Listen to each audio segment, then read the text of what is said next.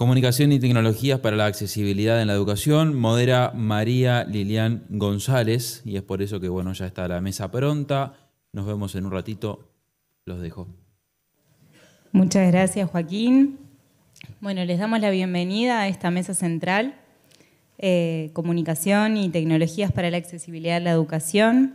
Las personas que conforman este panel tienen distintas representaciones institucionales y recorridos académicos a quienes pasaré a presentar. En primer lugar, a mi izquierda, Agustina Retaco, especialista en inclusión sociolaboral de personas con discapacidad y en comunicaciones accesibles e inclusivas. Agustina es expositora extranjera, nos visita desde Argentina, gracias por eso. Es licenciada en Psicología, se desempeña como asesora y acompaña a organizaciones nacionales y multinacionales en la creación y transformación de comunicaciones accesibles e inclusivas, en proyectos de diversidad, equidad e inclusión con foco en discapacidad. También le vamos a dejar un saludo y agradecimiento a Magdalena Seijo, que por problemas de salud no nos va a poder acompañar, pero que estuvo participando en el diseño de esta mesa. Y en su lugar voy a presentar a Matilde Casabó. Matilde es licenciada en Sociología, integrante de la línea de trabajo en Ciudadanía Digital de la Agencia de Gobierno Abierto Electrónico y Sociedad de la Información y del Conocimiento, más conocida como GESIC.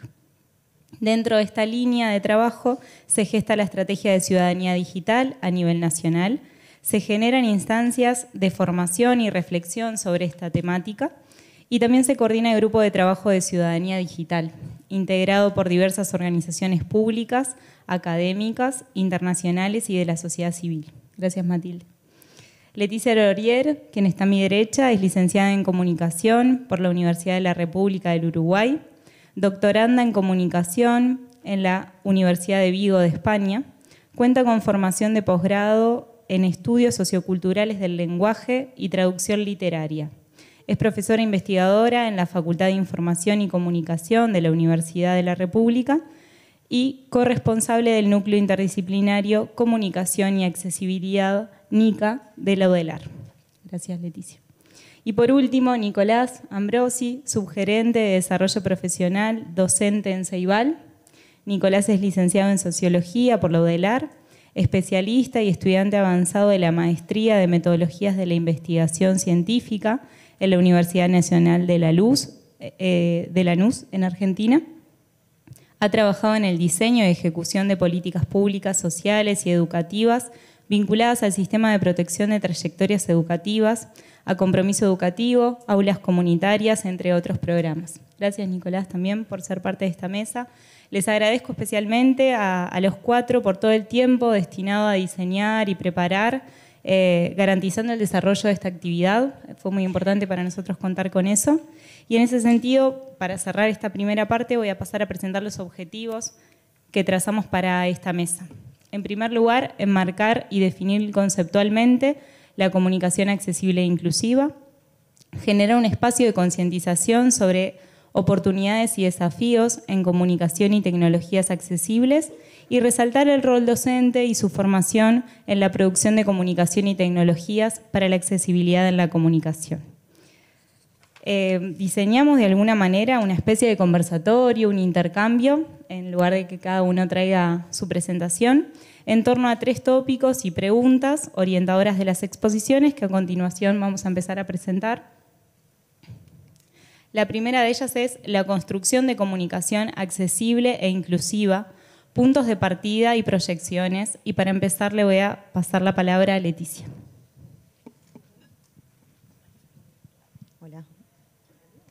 Hola. Bueno, buenas tardes, muchas gracias por la invitación. Bueno, desde el Núcleo Interdisciplinario Comunicación y Accesibilidad concebimos también que la comunicación accesible se trata de los procesos que generamos para que más cantidad de personas puedan participar en la comunicación independientemente de sus características personales, sus trayectorias socioeducativas, culturales, también las preferencias, los contextos en las personas en las que están, las lenguas que hablan, entendiendo que la comunicación es un derecho y que entonces todo lo que debemos hacer en función de la comunicación accesible es garantizar y promover ese derecho. En este campo en particular hay 3 giros que están sucediendo en los últimos años, que tienen que ver más cómo concebimos la accesibilidad y cómo la hacemos metodológicamente. Hay un primer desplazamiento que está yendo de los enfoques que se llaman particularistas, cuando se piensa la accesibilidad específicamente más asociada a una población en particular, generalmente más asociada a las personas en situación de discapacidad, y ese movimiento se está yendo a los enfoques universalistas, considerando que la accesibilidad es algo que nos beneficia a todas las personas, pero además que nos concierne a todas las personas, no es algo único de un grupo, de una población. Por otro lado, el segundo movimiento, el segundo giro que está sucediendo aquí es de los enfoques reactivos a proactivos, y es pensar en qué momento consideramos la accesibilidad, ¿no? Cuando estamos en enfoques reactivos, la accesibilidad en general se considera a posteriori, se encuentra una barrera de accesibilidad comunicacional y se intenta hacer una adaptación, una solución a eso. Sin embargo, están habiendo movimientos de anticiparse cada vez más, y eso, encontrar beneficios en esta anticipación. Y en esa anticipación también, en el proceso de empezar a pensar en qué lugar ocupan las personas usuarias de las herramientas de accesibilidad, en el reconocimiento de este movimiento de que no estamos trabajando solamente desde una mirada experta, desde la accesibilidad y la comunicación, sino que hay saberes valiosos en las personas usuarias que necesitamos recogerlos, y que eso hace que sea más diverso y se promueva mayor accesibilidad. Porque algo es, cuando es accesible nos beneficiamos todas las personas, a mayor participación de los usuarios ya se sabe que mayor promoción de accesibilidad, y además es a más largo plazo, sin necesidad de estar haciendo continuamente adaptaciones. Muchas gracias, Leticia. Agustina, para continuar. Bueno, gracias. Un placer estar acá. Me siento como en casa, así que gracias por eso. Qué desafío después del almuerzo. Así que, bueno, a mí me gustaría seguir con esto de desde dónde y hacia dónde vamos, siguiendo en la línea de Leti, de que la comunicación accesible y la comunicación inclusiva no son lo mismo, sí se complementan y son necesarias. La comunicación accesible es aquella libre de barreras. Siguiendo con la definición de accesibilidad universal, significa que es la característica que tienen que tener las comunicaciones para que puedan ser utilizadas y comprendidas por la mayor cantidad de personas posibles de una manera fácil, cómoda, autónoma y segura. Por otro lado, la comunicación inclusiva tiene que ver con esa comunicación libre de estereotipos, libre de prejuicios, en donde todas las personas se sientan bienvenidas, respetadas y representadas e identificadas en aquellos mensajes e información que comunicamos. Puede pasar, son conceptos diferentes y que se tienen que complementar, porque podemos estar generando una comunicación que sea inclusiva pero que no sea accesible. Seguramente les ha pasado o que estuvieron escribiendo en alguna frase el arroba y la X en el medio o la leyeron, ¿no? Se encontraron con esto, por ejemplo, en las redes sociales. Bueno, esto es un ejemplo de la comunicación que intenta ser inclusiva pero no es accesible. Los lectores de pantalla no pueden interpretar esas frases. Entonces, a partir de ahora ya saben que no lo usen. Utilicen formas genéricas, pero el arroba y la X no. Los lectores de pantalla son software que leen y que utilizan las personas con discapacidad visual para poder acceder a los celulares, a las computadoras, y les leen todo, ¿no? Y por otro lado, me parecía importante resaltar esto de, bueno, crecimos o crecí con esta regla del emisor, mensaje y receptor, y hoy en día cuando vamos a construir un mensaje, un material, lo vamos a hacer tomando desde el receptor, es decir, al público al cual nos dirigimos. El público al cual nos dirigimos es diverso, con diversas características, con diversas formas de acceder a eso que estamos comunicando. Entonces hoy vamos a partir desde ahí para después pensar qué queremos transmitir y cómo. Y lo último, y con esto ya cierro, me parecía importante compartirles también datos. El ADIS, que es la encuesta latinoamericana sobre discapacidad, realizada por incluyeme.com durante el año pasado, dice que el 80% de las personas con discapacidad encontraron barreras para estudiar. El 40% identificó que esas barreras tienen que ver con los prejuicios y sesgos que tenemos las personas en torno a la discapacidad. Entonces ahí sí nos toca a nosotros y a nosotras trabajar en eso. Y por otro lado, el 40% de las personas con discapacidad visual y el 21% de las personas con discapacidad auditiva identificaron barreras en el acceso para los materiales, ¿no? O sea, la falta de accesibilidad en los materiales. Entonces, con esto, desde acá vamos y hay que proyectarse hacia, en este caso, revertir estos números. Gracias. Quédatelo si quieres por ahí. Matilde, para continuar. Bien, buenas tardes y gracias por la invitación a participar. Me parece como importante capaz que con esto del punto de partida hablar un poquito qué es AGESIC y por qué y en qué marco en realidad voy a hacer mi intervención. En realidad la AGESIC es la Agencia de Gobierno Electrónico y Social de Información, como presentaron hoy, es una dependencia de Presidencia. El objetivo que tiene es en realidad digitalizar o acercar en realidad la transformación digital del Estado e impulsar la sociedad de la información y el conocimiento. A partir de esa línea es que está el área de ciudadanía digital y es desde donde en realidad voy a hacer mi participación hoy. Bajo esa área, ¿por qué traemos este tema de ciudadanía digital acá y cómo lo relacionamos en realidad o lo vinculamos a estos puntos de comunicación accesible e inclusiva? Entendemos que la ciudadanía digital implica en realidad generar una ciudadanía, ¿no?, para hacer un uso del entorno digital que tiene que ver con esto de entender las reglas de juego, reflexionar sobre lo que hacemos en ese entorno, ver cómo convivimos en ese entorno, pero con el eje transversal o con la mirada de que tenemos que tener el acceso y la disposición de ese entorno todas las personas, ¿no? Y acá es donde viene específicamente estos puntos, ¿no?, de accesibilidad y lo que se ha estado trabajando en estos 3 días de congreso. Es un desafío enorme, en realidad, poder hacer que todas las personas ejerzan sus derechos en ese entorno. Y bueno, y en realidad está bueno específicamente para Uruguay, esto que mencionaba Leticia, esta estrategia de ciudadanía digital, porque nos está parando a muchas organizaciones del Estado, de la sociedad civil, la academia y organismos internacionales a hablar como de las mismas cosas. Y uno de los puntos y los ejes transversales que trae esa estrategia en realidad es la inclusión, así que en realidad está trabajada como desde ahí. Y bueno, y la importancia, ¿no?, a ponerlo como una perspectiva transversal en esa estrategia en donde todas las organizaciones estuvimos de acuerdo, hace que le hagamos foco en realidad y específicamente empecemos a pensar desde ahí. Cómo nos imaginamos ese hacia dónde en realidad, que era un poco esto de las proyecciones y demás. Esa estrategia está en revisión, que bueno, nos va a definir el parámetro conceptual para trabajar entre el 2024 y el 2028. Es un espacio que se dio de participación, en donde se abrió y hoy está en consulta pública para todo el que quiera opinar.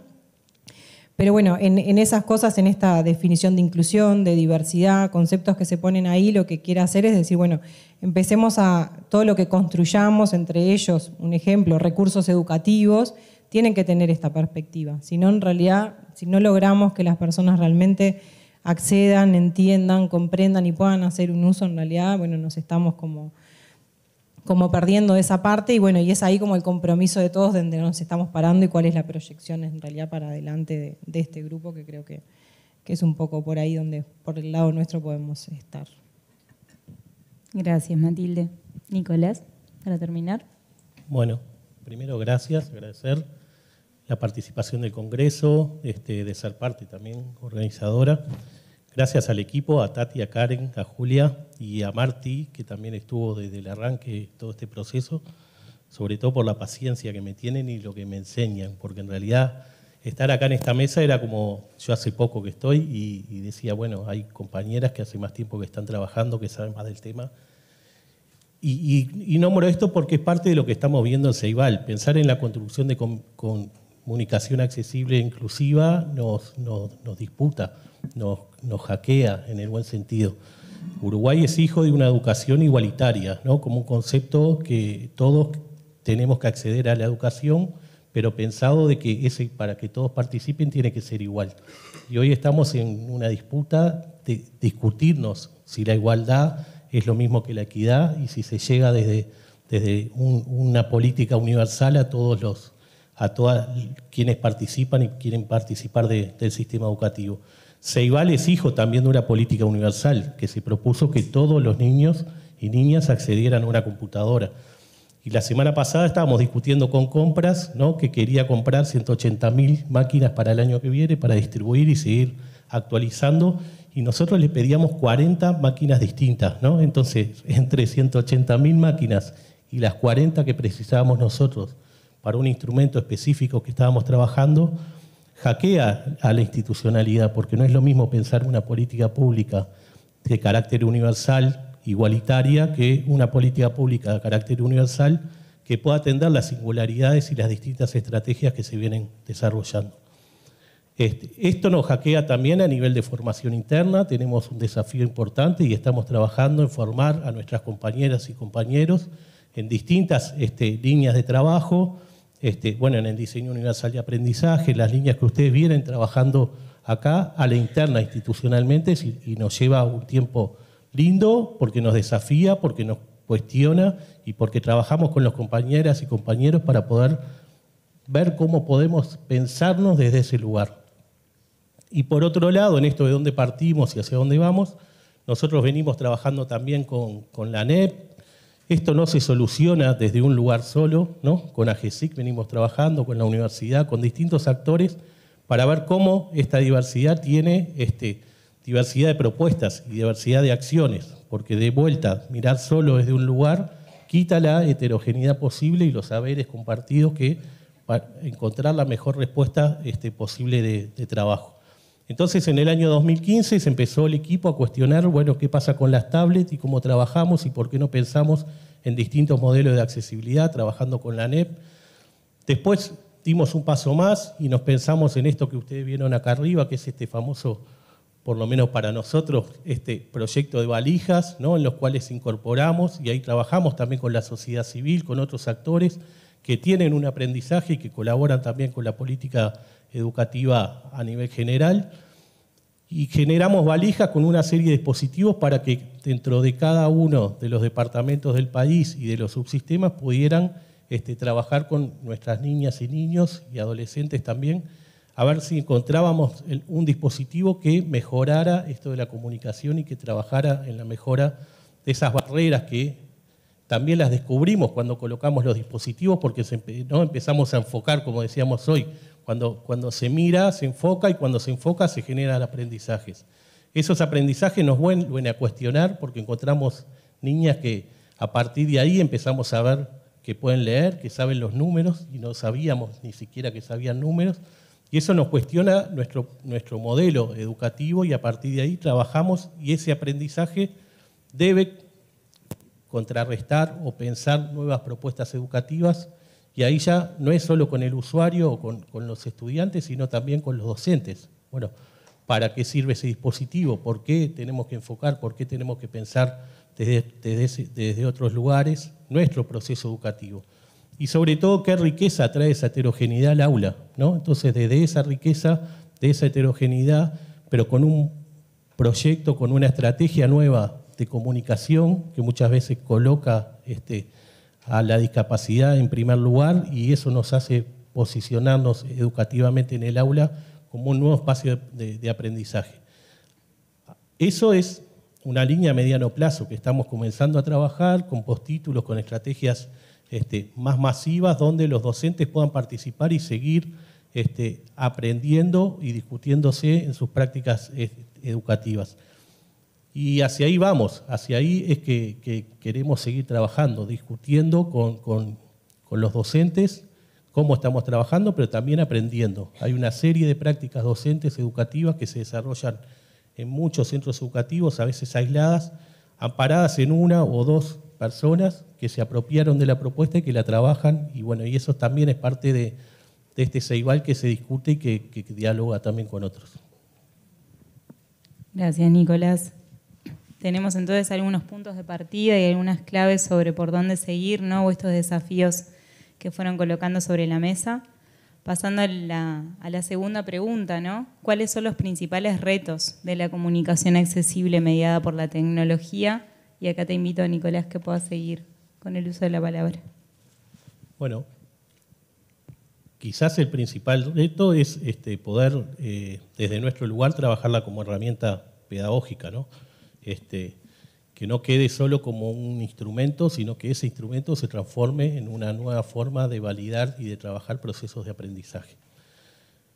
Esto no se incorpora solo en esta temática, el sistema educativo lo tiene en varias temáticas, ¿no? Somos expulsivos y expulsamos a lo distinto en diversas situaciones. Acá está claro, acá está en blanco y negro, y eso es una oportunidad también para, a partir de ahí, cuestionarnos otras prácticas educativas que también desarrolla, el sistema educativo en general y también desde lo que nosotros trabajamos en particular.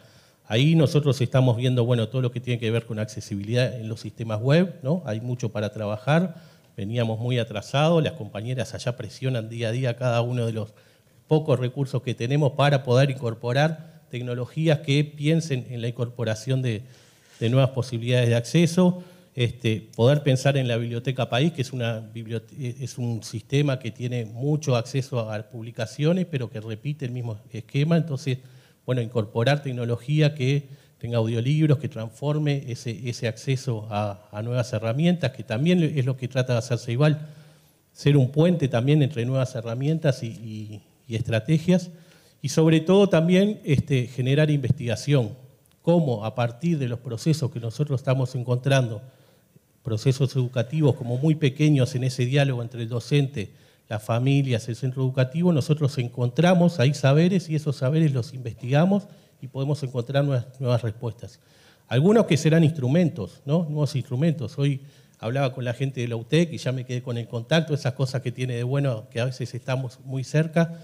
Tenemos compañeros dentro de la universidad que están trabajando en ingeniería, en procesos que a veces si uno los va a comprar afuera son inaccesibles y nos cuesta un montón, y eso también dificulta la realización de políticas universales desde la singularidad. Y Ceibal tiene la posibilidad de generar investigación mientras va desarrollando, tener equipos que piensen en cómo se investiga y cómo genera nuevas estrategias. Entonces ahí me parece que hay como una línea importante para poder trabajar.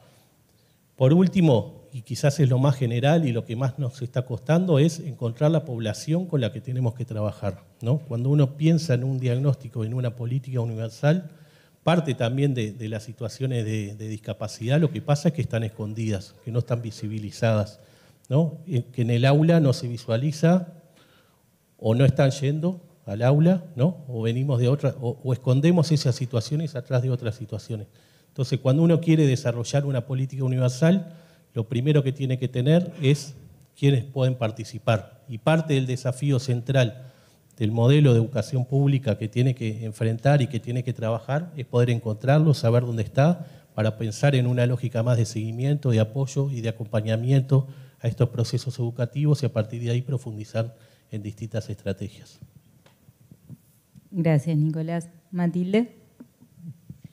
Bien, yo pensando un poco esta pregunta de los principales retos, capaz que me gustaría como trabajarla de oportunidades y desafíos, pensarla como desde ahí. Creemos que Uruguay tiene muchísimas oportunidades en términos, ¿no?, a las cuestiones que están mediadas por la tecnología. Tenemos una infraestructura de calidad distribuida, estamos bien posicionados como a nivel de la región. En realidad tenemos accesibilidad a algunos dispositivos distribuidos en el territorio, pero tenemos que reconocer que igual en realidad, si lo miramos más amplio, la mitad del mundo no está conectado.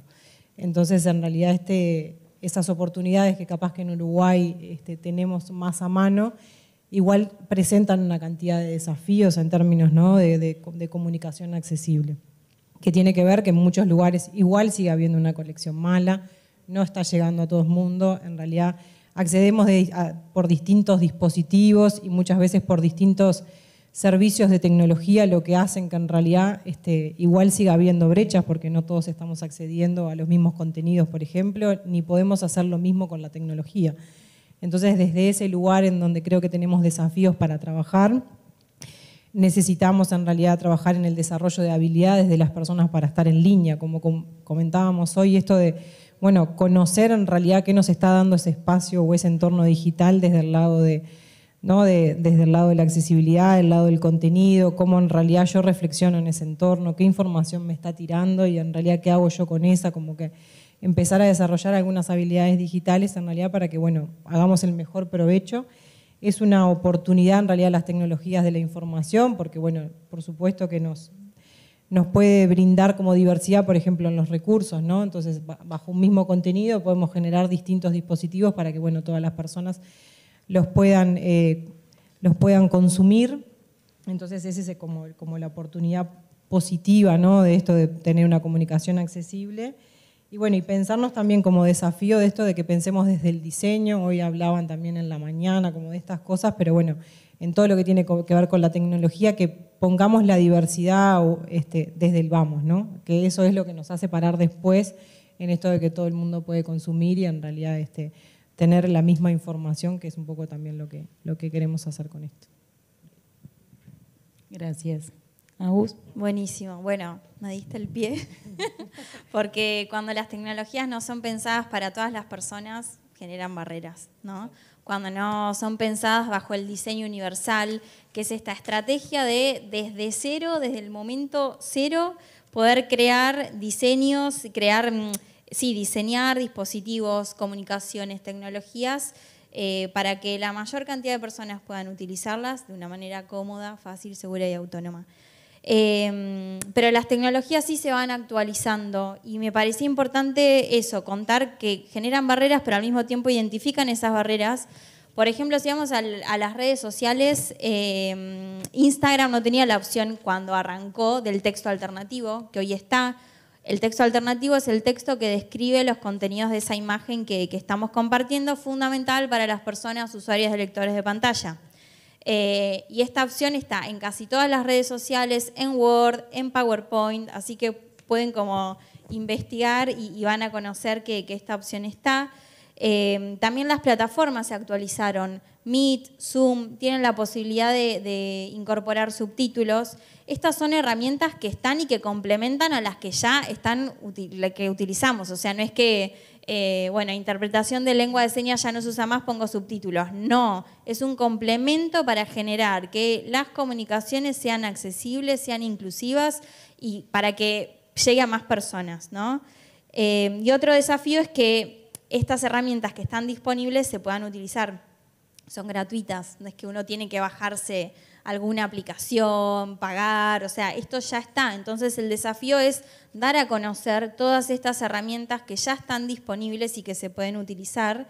Siguiendo en línea con lo de las redes sociales, a mí me gusta pensar, y me gusta no, en realidad creo que es así, que son como vidrieras. No sé, si hoy queremos ver cómo va el Congreso, entramos al Instagram de Educación Inclusiva, o que si queremos conocer a ver qué propuestas académicas están proponiendo algunas instituciones educativas, vamos a ir al Instagram o a alguna otra red a conocer qué están haciendo. Y si eso no es accesible, están dejando por fuera a mínimo el 15% de la población mundial, ¿no? Que sería las personas con discapacidad. Y eso está relacionado con la falta de conocimiento, con el no saber y con el desafío de invertir en formación, que esto estuvo a lo largo de todo este Congreso, invertir en formación, que se sepan que están estas herramientas, cómo utilizarlas, que docentes sepan cuáles son los apoyos necesarios para generar también materiales que sean accesibles, para generar no solo la inclusión, sino la permanencia de estudiantes dentro de las instituciones y que el tema esté en agenda, ¿no? Eso es fundamental. Estamos hoy todas estas personas reunidas acá y está buenísimo, el tema está en agenda, pero que no quede acá.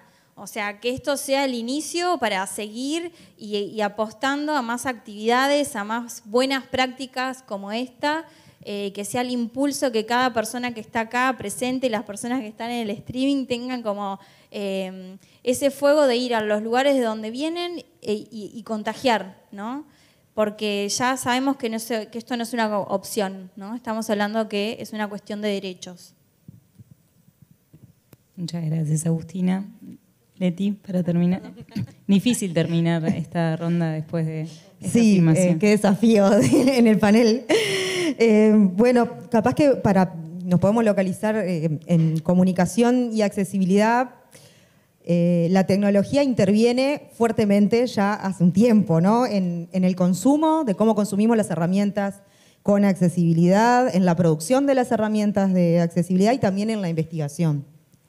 En el consumo cada vez más podemos elegir qué ponemos, si agregamos subtítulos, si agregamos audiodescripción, cómo lo quiero ver. Puedo hasta elegir con qué voz escuchar algo, con qué posibilidades. En la producción hay tendencias de hacer procesos un poco más eficientes, trabajar desde diferentes puntos a distancia, por ejemplo, también reducción de costos en algunas tareas y en investigación. Hay algunos aspectos metodológicos que también ahora, por la introducción de la tecnología, podemos también empezar a investigar, como las tecnologías de rastreo o seguimiento ocular, en el que puedo registrar la atención visual y después poder tomar decisiones en función de eso, o la recolección de datos biométricos. Y este sinfín de posibilidades que tenemos, también corremos el riesgo de entender que la tecnología es buena per se, o creer que es una solución mágica o una panacea. Entonces, si bien tenemos como un montón de posibilidades, también hay que prestar atención en decir los riesgos que podemos tener, por ejemplo, la tensación de lo sustitutivo. Como ahora tengo más posibilidades, entonces sustituyo lo presencial por lo virtual. La manifestación tecnológica de algo en vez de el trabajo humano que está por allí. También en las herramientas empiezan a haber como mucho foco en crear y disponibilizar herramientas de accesibilidad, pero no necesariamente el foco está en cómo nosotros mediamos con esa tecnología, qué hacemos las personas con esa tecnología y cómo hacemos para estar de repente en colectivo o en comunidad, porque también la mayor cantidad de opciones, por ejemplo en el consumo, están más enfocadas a los consumos más individuales y no de repente a los consumos más colectivos. O de repente el quien usa la herramienta de accesibilidad tiene que hacer algo distinto, ¿no? Tiene que usar una pantalla distinta, un lente distinto, una tecnología de apoyo. Entonces, a veces el foco también en la calidad, la cantidad y la eficiencia puede ir en detrimento de la calidad y necesitamos prestar atención en que los procesos sean también de calidad y empezar a evaluar en eso, enfocarnos en las personas usuarias de las herramientas de accesibilidad, en cómo interactuamos nosotros también a través de la tecnología y la tecnología mediada, porque la comunicación, de nuevo, es un derecho, pero además es una puerta de entrada de ejercicio a otros derechos. Por ejemplo, la educación, que estamos hablando, ¿no? en este congreso. Y entonces las barreras comunicacionales impactan más fuertemente siempre en las poblaciones que están más vulneradas. Por lo tanto, no podemos pensar en la introducción de tecnologías en la comunicación y en la accesibilidad sin dejar de tener en cuenta que podemos reproducir algunos sistemas de exclusión que ya atravesamos o que los podemos profundizar. Entonces, la dimensión ética y la mirada crítica es muy necesaria en este campo también. Gracias, Leti. Es cooperativo el micrófono ese. Ahora sí, pasamos a la tercera y última pregunta, que tiene que ver con también este día 3 y el eje central temático de nuestro día. Y es poder empezar esta ronda con Agustina intentando contestar esta pregunta sobre qué contenidos y metodologías deberían incluirse en la formación docente para atender a este campo temático que cruza la comunicación, la tecnología y la accesibilidad. Buenísimo. Lo primero que se sepa y que hablemos sobre el concepto de discapacidad, qué entendemos por discapacidad. Esto nos va a permitir ver bajo qué prácticas están generando. Están generando prácticas bajo un modelo una mirada que se enfoca en la falta, en lo que no está, en lo que el problema es la persona, que es un modelo más médico rehabilitador, o va a ser superador desde lo social, ¿no? De pensar, bueno, qué barreras hay para de ahí generar qué apoyos tenemos que hacer para eliminar estas barreras, ¿no? También el concepto de accesibilidad universal, de diseño universal, qué significan y cómo bajarlos a la práctica, ¿no? Que no queden ahí en la nube de un concepto y ya, sino cómo eso se baja a la práctica. También que docentes, directivos, todas las personas que forman las organizaciones educativas sepan cuáles son los apoyos necesarios para que las personas con discapacidad, si es que lo necesitan, porque puede ser que no requieran de apoyos, pero sí que sepan que eso existe, que eso está, cómo hacer, dónde pedir ayuda, que pregunten, si no saben esto, preguntar.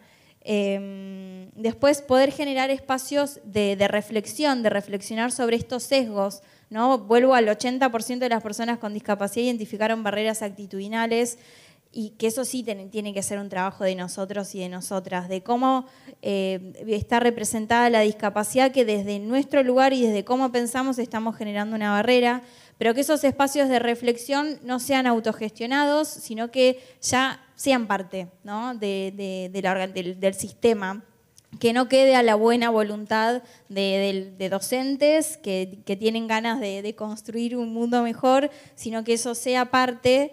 Y por otro lado, espacios de revisión de las prácticas, de cómo están planificando, qué materiales están utilizando, estos materiales son accesibles, qué parte hay que mejorar todo, están ok. Revisar las comunicaciones internas, de qué manera se comunican dentro de las organizaciones, cómo comunican a la comunidad lo que están haciendo, cómo comunican solamente para algunas pocas personas, o van a comunicar para todas y van a tener en cuenta, bueno, todas las herramientas que están disponibles para poder lograrlo. Esto lleva tiempo, ¿sí? Esto también se habló en este congreso, lleva tiempo, es un proceso, no es de un día para el otro, no basta con hacer una capacitación, un espacio de reflexión, un espacio de revisión, eso tiene que estar sostenido desde la cultura organizacional de las instituciones educativas. Si los valores como diversidad, equidad, inclusión y accesibilidad no forman parte de esos valores, de esos pilares de las organizaciones, eso se va a caer. Entonces el cambio se genera desde ahí y se va a poder sostener en el tiempo, ¿no? Desde esto, cuando el trabajo es dentro, se transforma la cultura organizacional de las instituciones educativas, tomando como eje y como pilar la diversidad, equidad, inclusión y accesibilidad. Gracias, Agustina. Leticia. Bueno, en nuestro país es una... en la formación es incipiente en comunicación y accesibilidad, y las prácticas profesionales también son incipientes. No se ha investigado mucho en formación específica, en lo que tiene que ver dentro de esta área en particular, no en nuestro país, sino en otros países tampoco no abunda la investigación sobre esto, pero dado que sí en Uruguay hay un avance sustantivo en empezar a ver comunicación accesible y diferentes prácticas, hay algunos indicios que nos permiten poder pensar por dónde ir con la profesión, con la formación, o sea, dialogar con el campo profesional para poder pensar cómo tenemos que también diseñar las profesiones. Desde el NICA tenemos una investigación que está indagando sobre cuáles son los perfiles profesionales, cuáles son las prácticas y los roles de quienes generan la comunicación accesible. Y bueno, los primeros datos que estamos teniendo generan algunas preguntas sobre la formación, porque de alguna manera nos estamos dando cuenta que hay como una ausencia de una política clara y sostenida de incluir efectivamente la accesibilidad en los procesos, en los medios y en los productos y en los servicios de comunicación, y eso se refleja en que hay falta de lineamientos claros y estándares de trabajo, en cortos plazos en los que la accesibilidad entra en juego y poco tiempo para poderla resolver, en algunos indicios de precarización laboral también de las personas que están trabajando en esta área, en prácticamente ausencia de participación de las personas usuarias de las herramientas en los procesos, o en ámbitos de consulta o en procesos de validación también de la producción, ausencia en la coordinación y en el intercambio de diferentes saberes de todos los actores que están involucrados en los procesos profesionales, y que esto termina impactando también en la calidad de lo que se produce. Entonces eso nos empieza a dar como algunas pistas. Tenemos otra investigación también en Uruguay de Florencia Facioli, que investiga la formación de los realizadores cinematográficos en Uruguay. Entonces, bueno, ¿cuáles serían ella empezó a diseñar cuáles serían como las competencias para pensar, y creo que podemos trasladar ese campo para pensarlo en otro ámbito. Por un lado, la competencia de la anticipación, en tanto pensar como cuáles son los recursos necesarios que voy a requerir y la planificación que voy a necesitar durante todo el proyecto. También la colaboración dentro del proyecto, identificar cuáles son las colaboraciones que tienen que ser entre los equipos que hacen y crean y aquellas personas expertas en la accesibilidad y la comunicación. Y una última competencia que creo que es clave también para poderla pensar es el vínculo con las personas usuarias finales y la validación. ¿Cuáles son las personas que van a usar y participar de esos procesos, productos o servicios, y que estén involucradas durante todo el proyecto la mayor cantidad de tiempo posible? Entonces, con estas pistas podemos pensar que una formación debería al menos pensar en incorporar, como decía Agustina, es decir, algo que sea transversal, que forme parte de todos los procesos, que sea una mirada, una perspectiva de accesibilidad y de comunicación, que implique que las planificaciones sean las que traccionen también los cambios con objetivos a corto plazo, mediano plazo y a largo plazo. También que haya un diálogo de saberes, entendiendo de que no puede ser una única persona que puede tener todos los conocimientos para resolver, porque es un campo interdisciplinario. Hay diferentes disciplinas y diferentes miradas para observar este objeto en particular y resolver, pero también que necesitamos las experiencias y el diálogo de la experiencia acumulada de las personas usuarias, de las organizaciones de la sociedad civil, que tienen saberes valiosos y que necesitamos incorporar, y que ese diálogo, por ejemplo, en el ámbito educativo, deberíamos tener el diálogo entre profesionales de la educación, profesionales de la accesibilidad y personas usuarias finales también de la accesibilidad. Y en esto también en trabajar, la formación tiene que implicar en trabajar en codiseño, en el itinerario formativo. Las personas usuarias de la accesibilidad deberían formar parte de los procesos de formación en el itinerario formativo, porque solo ahí va a traccionar cambios, encontrarnos con la diversidad desde el momento que nos estamos formando también.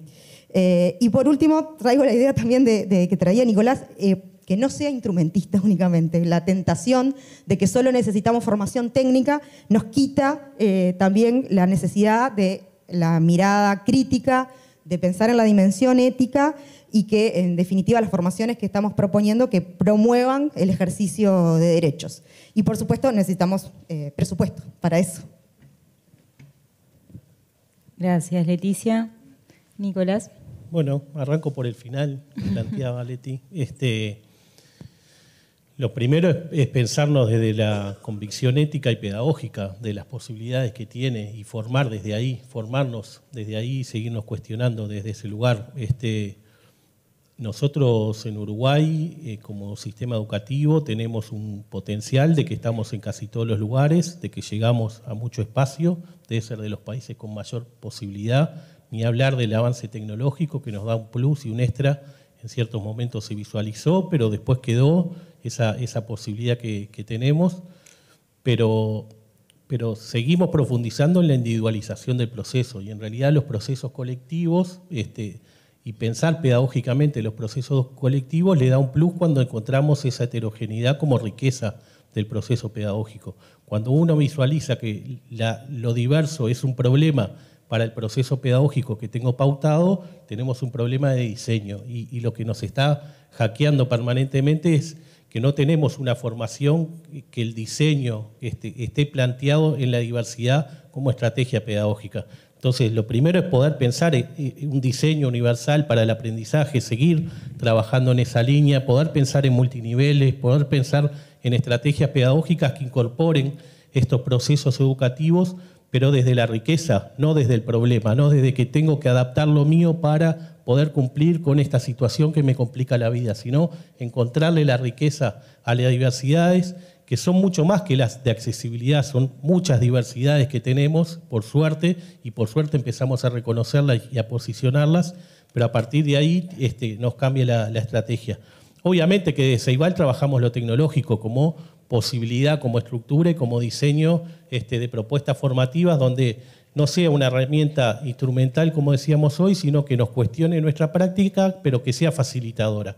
Y ahí tenemos que romper un montón de esquemas, porque hoy parecería natural que lo tecnológico aporta, pero en realidad después cuando lo llevamos a la práctica educativa, muchas veces nos cuesta encontrar la mejor herramienta, la herramienta o pensar ya con la herramienta como parte del diseño de la propuesta y encontrarla como aliada para ese trabajo de la diversidad y específicamente en la línea de comunicación. Ahí tenemos que protocolizar también algunas acciones, ¿no? El otro día se presentaba con UNICEF y con el INED una investigación que planteaba cuáles son las características y qué docentes estudian y cómo el docente sabe que hay situaciones de vulnerabilidad o no dentro de su sistema educativo. Bueno, deberíamos pensar en cómo se protocolizan estas acciones y cómo se piensa y se diseña investigación que va paralelo al funcionamiento cotidiano de trabajo de los centros educativos. Y no dejar de pensar en los dispositivos, en las rampas y en la utilización de algunos dispositivos concretos y cómo hacemos para llegar a quien lo precisa en tiempo y forma, ¿no? Porque en realidad ese es el gran desafío que siempre tuvo, que tiene y que va a seguir teniendo, porque por suerte esta riqueza vamos encontrando nuevas situaciones que nos transformarán y que nos discutirán. Siempre vamos a estar llegando un poquito tarde. El tema es saber cómo estamos llegando, el tema es planificar hacia dónde vamos a estar llegando y sobre todo generar una formación que nos discuta permanentemente. Cuando nosotros logramos discutirnos, pero encontrar situaciones también que se realizan en los centros educativos, en las distintas aulas, que dan alguna respuesta, no únicas, porque no es la misma la que se hace en Tranquera, la que se hace en el Paso de la Arena, que la que vamos a hacer en otros lugares. Pero que hay docentes que están encontrando y que en esa carencia muchas veces de no tener un formato específico, ¿no? Hoy veíamos Montessori. Bueno, bien Montessori, divino. Para el Uruguay de hoy, para la universalidad que queremos desarrollar, para el presupuesto que tenemos, es muy difícil pensarse desde ahí como único modelo. Entonces la diversidad de modelos, el discutir, el seguir pensándonos, me parece es una clave y que la capacidad de la formación tiene que estar pensando en esa clave, no solo en los instrumentos o en las estrategias que muchas veces son facilitadoras y son claves a la hora de pensar la práctica educativa, pero también otras prácticas que se desarrollan cerquita nuestro o un poquito más lejos por docentes, por maestras, por distintos colectivos que a veces y comunidades que se piensan desde un lugar distinto. También hay una riqueza ahí para poder pensarse, investigar y responder y pensar en políticas más universales. Gracias. Gracias a vos, Nicolás. Y ahora sí, Matilde, para cerrar esta ronda. Bien, tarea difícil para cerrar hoy. Creo que pensando en esto de los contenidos más que nada, en realidad vuelvo a traer, porque es como nuestro marco de trabajo, la estrategia que define en realidad 3 dimensiones de abordaje que creo que en realidad, y a partir de esas 3 dimensiones, una cantidad del desarrollo de habilidades que por supuesto que en realidad se tienen que llevar como contenido a los espacios educativos, porque es desde ahí donde podemos empezar a hacer los cambios. Lo que sí me parece que está bueno, lo trajo hoy la primera conferencista en la mañana, que perdón porque no me acuerdo el nombre, pero bueno, que no podemos tampoco cargarle todo a ese espacio, en realidad es responsabilidad de muchos actores los que tenemos que trabajar en eso. Somos muchos los que muchas veces promovemos distintos contenidos, entonces es desde todos esos lados. Sí me parece que obvio que sin duda la educación como pilar va por ahí, pero bueno, desde distintos espacios, desde distintas miradas es donde tenemos que empezar a incorporar todo este tipo de cosas. Como metodología, sin duda que aprovechar la tecnología, considerando esto que traía hoy Leticia, que bueno, la tecnología muchas veces es facilitadora, pero muchas veces también igual vuelve a repetir brechas que se dan sin la tecnología, entonces bueno, hay que tener muchísimo cuidado también en esas cosas, de que en realidad es un camino que puede economizar en algunos momentos, pero bueno, también ir siempre mirándola con cuidado de que no siga canalizando o abriendo más brechas. No pensar también, ¿no?, como una forma metodológica que hay solo una mirada, y ahí también trajimos lo de la interdisciplina. Muchas veces, por lo menos desde el área nuestra, pensamos como lo tecnológico o el entorno digital y siempre decimos, bueno, va el profe de informática. Bueno, no. Tenemos que empezar a meter la interdisciplinaridad y, bueno, y poner distintos lentes a una misma perspectiva. Estas dimensiones en esta estrategia, como les comenté hoy, tienen como foco o su perspectiva transversal o su eje más fuerte sobre cuál se para, en realidad es la diversidad y la inclusión. Entonces, bueno, a partir de eso empecemos a hablar como en ese lenguaje y construyamos en realidad todo el contenido.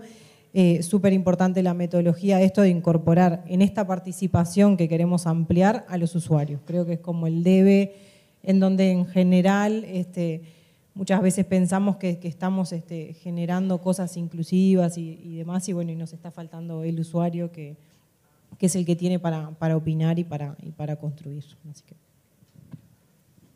Gracias, Matilde. Gracias a los 4 nuevamente por ser parte de esta mesa, por todo lo compartido. Antes de pasar a una pregunta que llega del público, un intento de ejercicio de claves que dejaron las 4.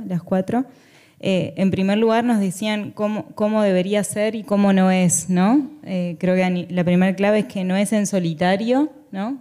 Trajeron, acá se mencionó, se colocó sobre la mesa la necesidad de pensar estos procesos desde la interdisciplina, de pensarlos con los usuarios finales, de las herramientas de accesibilidad, de las prácticas educativas accesibles e inclusivas, también involucrados, y a lo largo de este congreso hemos visto varias participaciones de usuarios, de estudiantes, de docentes. Y también que es interinstitucional, ¿no? Más de uno de ustedes trajo esto como un desafío y una oportunidad también, porque obviamente las construcciones interinstitucionales lo son, pero seguro no es en solitario ni es en el plano más de lo personal. Tampoco es desde el emergente, ¿no? Desde esta atención a solucionar problemas o apagar esos incendios, sino que todos colocaron la importancia de planificar y de diseñar desde esta óptica de la comunicación accesible e inclusiva mediada por la tecnología. Y ese diseño no solo tiene que ser universal para todas y para todos, más allá de atender lo específico, ¿no? La propia convención habla de diseño universal y también de ajustes razonables. Ese plano individual siempre va a tener que estar presente, pero también es un diseño participativo, ¿no? Docentes, profesionales de la accesibilidad, estudiantes y familias, ¿no? Con estos saberes más comunitarios, más desde las familias también en juego.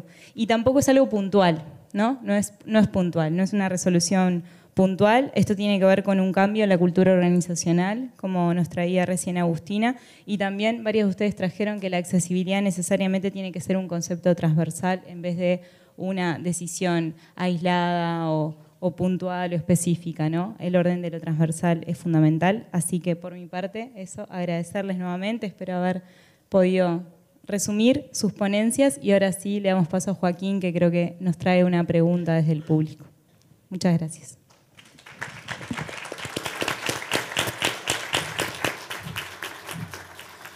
Impecable, sí. Tengo algunas preguntas para compartir con ustedes. ¿Cuáles son los aspectos de consulta sobre la estrategia de comunicación que se desarrolla desde AGESIC? Para Matilde. ¿Cuáles son los espacios de consulta sobre la estrategia de comunicación que se desarrolla desde AGESIC?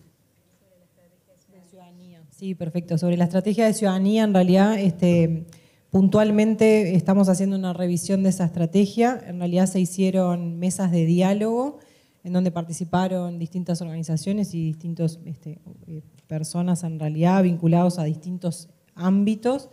Esa estrategia después se hizo como un resumen de lo que salió en todas esas mesas y ahora está en consulta pública en una plataforma de participación ciudadana, donde en realidad todas las personas que quieran hacer comentarios sobre la misma lo pueden realizar. Y bueno, después el grupo de trabajo que les comentábamos, que hoy lo conforman en más de 18 organizaciones de Uruguay, bueno, va a tomar todas esas opiniones para poder incorporarlas a la que será una nueva versión de la estrategia para el 2024-2028. Muy bien, muchas gracias.